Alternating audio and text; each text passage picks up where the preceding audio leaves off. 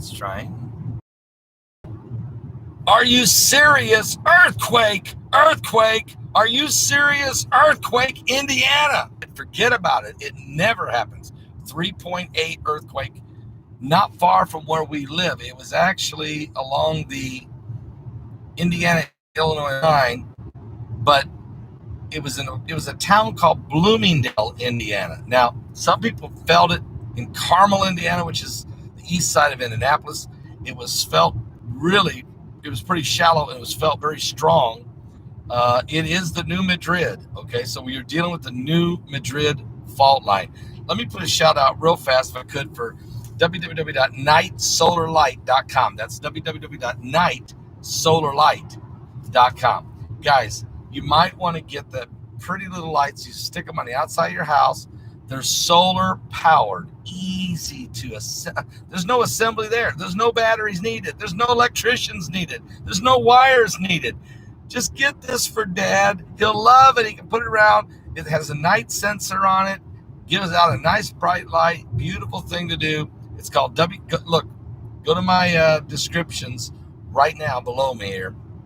It's www.nightsolarlight.com. That's nightsolarlight.com. All right. We're in Florida, aren't we, Heidi? We are. We're in Florida. We're on our way to our home. We should, according to the GPS, we're going to get there about 9:45, which means I'll be starting the show late, but on time. Did I just say that? I'll be starting the show late, but on time. Does that make sense? Because Mike from the world, I will be there in time to when he calls in normally, his normal time, I'll be there, would be on the air. So it just be a little shorter, abbreviated, but it will work. It's like Jesus is coming back. Some people say it's late, but he's on time. No, believe me, he's coming back soon, sooner than we think, okay? Now, what does this mean, this earthquake? Earthquake? Indiana? Good thing we got out of there, Heidi. Don't blame the apocalypse on me, guys. It's the harbinger of doom and gloom up there. I'm not in it. I didn't cause it. I got out of there in time. I might have known it was coming, but I got out of there. Anyway, let me tell you a little bit about this earthquake. Seriously, it was a 3.8 earthquake. It was very shallow. Only 7.7. I know what you're thinking, but 7.7 kilometers deep, which is about 5 miles deep. Okay, so it's I know it's prophetic, 7.7, but what's more prophetic about this earthquake is the fact that it's that strong up at there in the New Madrid area. What you have to understand about the New Madrid, back in 1811, there was a massive earthquake. They believe it would have been around 8.0 on the Richter scale, back on what we would say would be today's U.S. Geological Survey. It was about an 8.0. It rocked along the Mississippi. But then a year later, a bigger one hit in 1812. It was actually, they believe, around 8.2 based on the damage it did.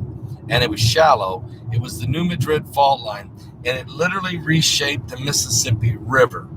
It literally, like the river was flowing one way, the ground went, the earth went like this, making the water flow a different direction, basically take a different path. It reshaped the Mississippi River and made the Mississippi River roll backwards for several miles. Tsunami, where you got water coming down the Mississippi, pushing it back for several miles, which flooded a lot of land. And then, of course, the water came back. When the water came back, it took a different path because the ground had been reshaped. This was magnificent earthquake. Now, this doesn't happen in 209 years. It is so overdue. And that's why you've heard people say for a long time, and this is the heart of America.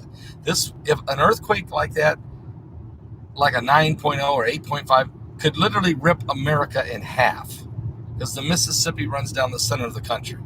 It could divide America in half. So I'm a little nervous about that, considering the things we're hearing going on in the Middle East and different places. You start looking at Bible prophecy. So, this is something to keep an eye, the warning signs, okay? The warning signs that going on out there. So, wow. It's going to be very interesting to keep an eye on this. But yes, major earthquake hitting Bloomingdale, Indiana. There's another report that says that the earthquake hit Rockville, I think. What did I say? Rockville? Something like that. I think Rockville, Indiana, which is a little town next, right there at Bloomingdale, Indiana. So right along the Indiana-Illinois line. It was over on the Indiana side. Very strange, very rare. I don't even know the last time there was an earthquake in Indiana of over 3.0. I mean, Heidi, I don't know. There was one like 30 years ago or something. You felt that one, didn't you? Yeah. That was one that hit that Heidi was working at that time at a hospital, and she was up on the 4th floor, and she said it was like the building was going to collapse. It was shaking. Okay. New Madrid. So let's talk to Mike from around the world about this, because one of the things that people are concerned about, Deborah David says, I'm in Indianapolis. Did you feel it? One of the things that they're concerned about, especially if the earthquake in the New Madrid fault line, if it hits around St. Louis in the most dangerous area where it hit last time, where it hit in 1811 and when it hit in 1812, if it hits there again, it would destroy and do the same thing it did in 1812. It would literally wipe out St. Louis, Missouri, and Memphis, Tennessee, and everything around that area, if the same quake hit that hit in 1812. But what they're really concerned about is if the New Madrid fault line runs all the way up there toward Lake Michigan in northern Indiana.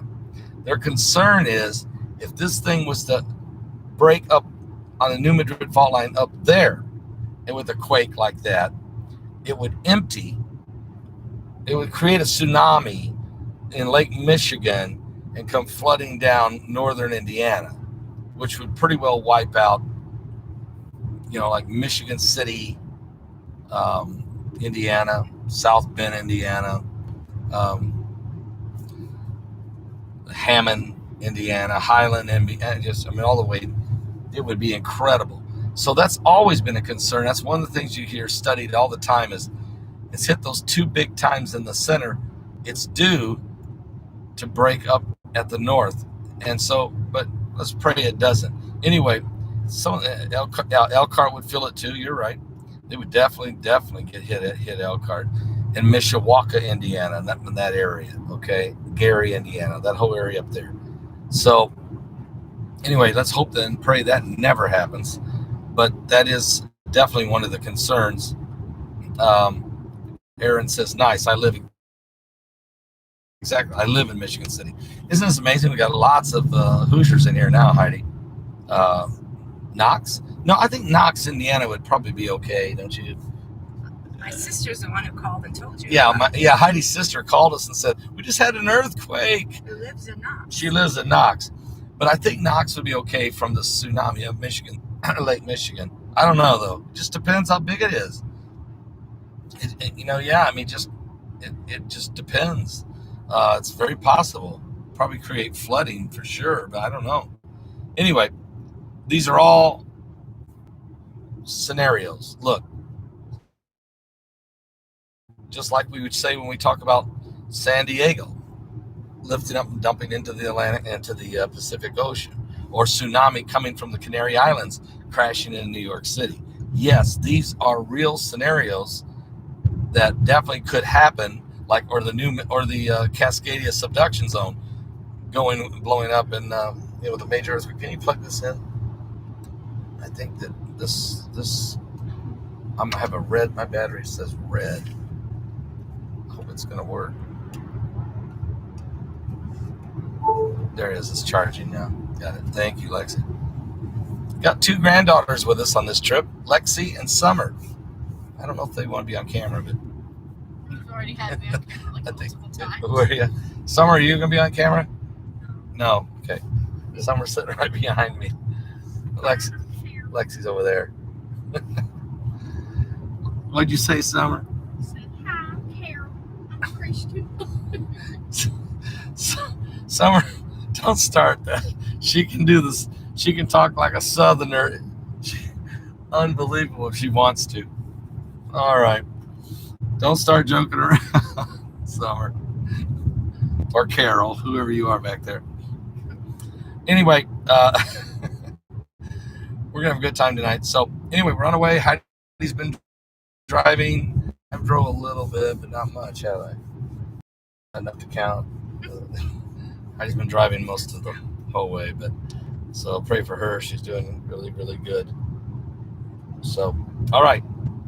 Good to see all of you. Almost 1,000 people in here right now. So you're from LaPorte, Michael Fedler.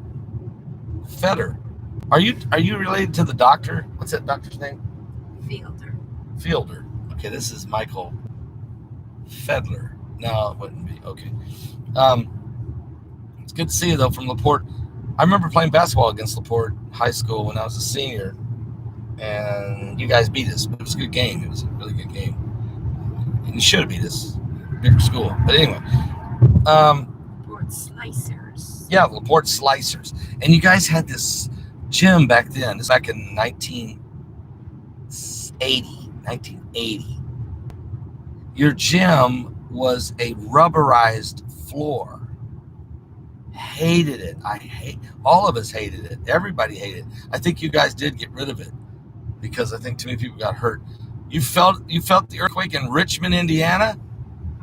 Wow. That's the other side of it. That's the other side. That's where Dr. Irvin Baxter's from. He was born and raised there and actually pastored his daddy pastored church. Dr. Baxter pastored a church there 30 years while running offense. You're right. Exactly. That was back in the day. Chris Reed is here. Heidi, Chris Reed is from Peru, Indiana. Yes, he is. Thank you, Paul Stone. Thank you.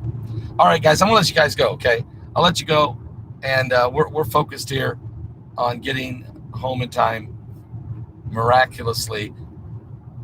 Just want to say I'm not mad at Southwest Airlines. I'm just saying. But they caused us to have to drive 15 hours. Just saying. I don't think it was their fault, do you?